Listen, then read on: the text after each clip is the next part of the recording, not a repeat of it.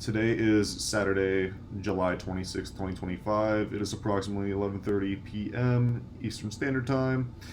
And if you're reading this, yes, I just watched Godzilla Singular Point in the year 2025. What kind of brought this up was I hear a lot more about every other Godzilla movie in existence, every other project, a video game, comic book, toilet paper, product, merchandise. Everything else surrounding Godzilla seems infinitely more relevant than Godzilla Singular Point. I haven't heard I haven't heard anything about this since it released back in 2021. I believe it was summer of 2021. So I figured I'm gonna give it a shot, rewatch it, and pretty much I feel the same. I feel the same way that I've watched it since actually the second time. The first time I watched it, off to a strong start and absolutely got lost in whatever the fuck was happening through the rest of the show, except for the final battle between Jet Jaguar and Godzilla. That was a whole 1 minute time.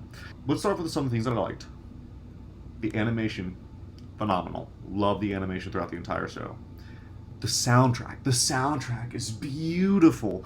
Whatever that the beginning of the song was, actually, let me look that up because I should really know this. Alapu Upala, that song, whew, love it. It's played throughout the entire show.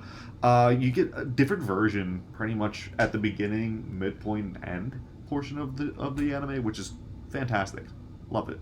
Love that song. I've been listening to it for the past hour now. The other really good part that I liked about this show was how Toho tried to take Godzilla into a different direction. I really greatly appreciate that.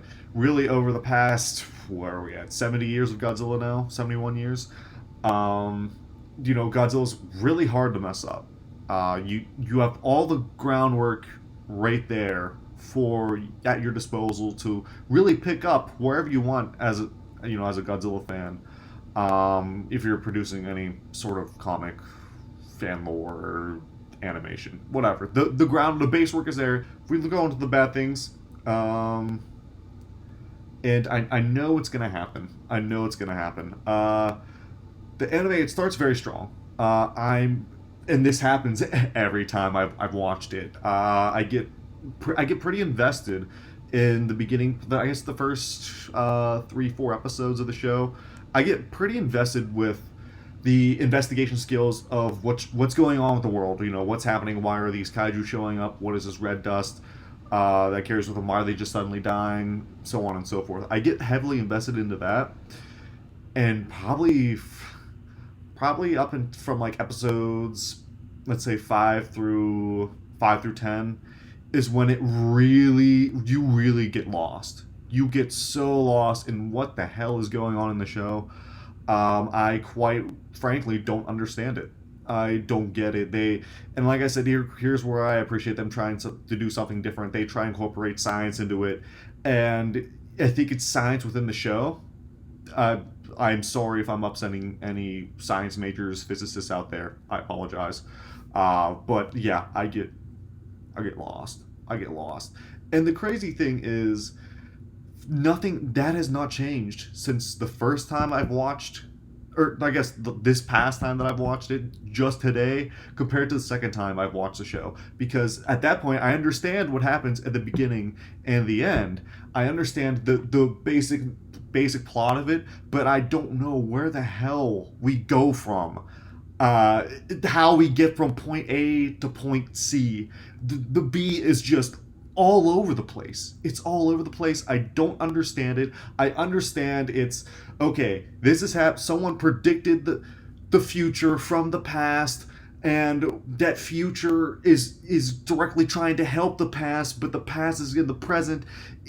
What the fuck is happening? Yeah, that is my biggest gripe, is the plot. I'm sure that's a pretty standard, pretty standard opinion within the community. Yeah, it's the middle just gets me every single time. I don't know. And the first time I watched it, I was so lost. I didn't understand what the hell was happening. I didn't know what was happening. That's pretty much my biggest gripe about it. I guess another big thing is the plot gets so convoluted and just so confusing that I don't even remember the names of the characters. It just gets so lost. I know May. I know May. I recognize the dude with the white hair and the old man and his sidekick. Don't remember their names. Do not remember their names. You were to describe them, I would instantly know who you're talking about, but do not expect to remember any of the names in the anime besides May. And the AI begins with a P, I think, and Jet Jaguar, but that's a little different, a little goofy. Some fan out there is going to be, oh, just turn your brain off. You'll understand it much better then. We as a community, I have a whole library of Godzilla movies where I can actually just turn my brain off. I have the capability. We all have that capability and just enjoy a movie. We have 71 years of that. And this something new comes along that's completely different, completely just out there for Godzilla. That's really hard for me to shut my brain off because I really want to understand it. I really want to know how we get from point A to point B to point C. I just want a coherent story. And like I said, I understand it after this second and third watch through, but at the same time, I don't know how we get there. I actually just don't know how we get there. And I do think that's one of the reasons why this anime, this Godzilla project kind of falls into obscurity. Again, I don't think it falls into this weird in between where it's not bad by any means. It's not bad, but it's also not good either. It's okay.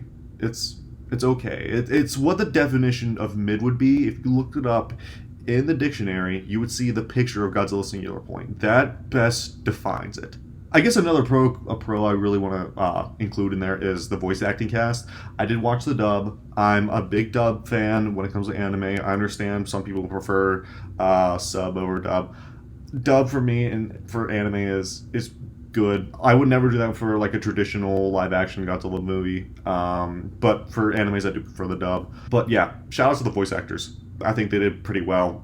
Johnny Young Bosch, he's the guy with the white hair and glasses. Again, I forget their names, but yeah, Johnny Young Bosch, who also voices Broly, voices one of the main characters, which is great, fantastic. Yeah, Singular Point. It has not aged really well in terms of being more relevant into the community, being relevant in anime in general. Because I would probably recommend it for people who love visual effects, because the animation style and the production was phenomenal. It's close to being unmatched. They definitely put in some time into doing it, and yeah, that's my only. Yeah, I would recommend if you're big in the production, visual effects, go watch this. Yeah, this Godzilla project definitely falls. It's probably honestly the most obscure Godzilla project out there by far, and I'm glad that they're not coming out with season 2 because I don't even know where they can go from there. But that's it, guys. Thank you all. Later.